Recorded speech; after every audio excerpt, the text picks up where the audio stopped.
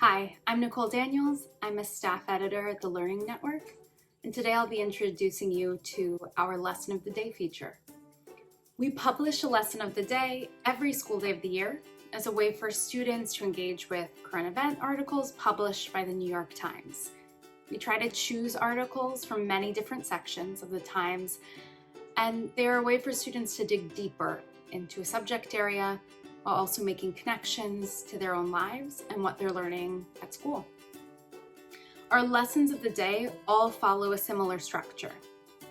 We start with a warm-up that introduces the subject using anything from a short film or looking closely at images from the article to a class discussion or a written brainstorm.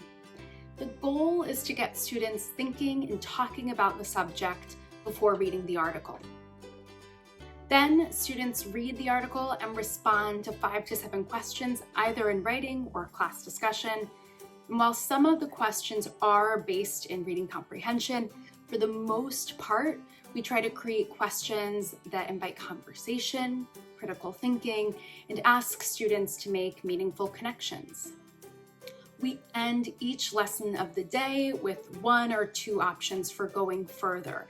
This could be a written reflection or argumentative writing task, conducting further research about the subject, or creating a one-pager. Really, it depends on what the article is about.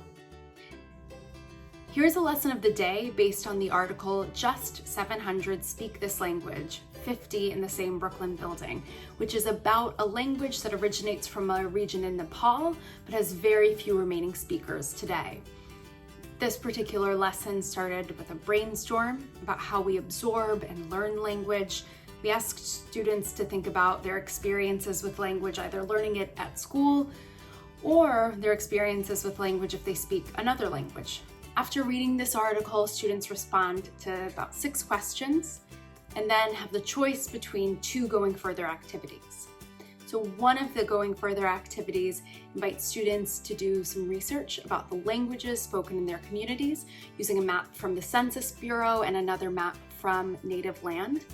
Or they can respond to the question, how can you identify culture in your home?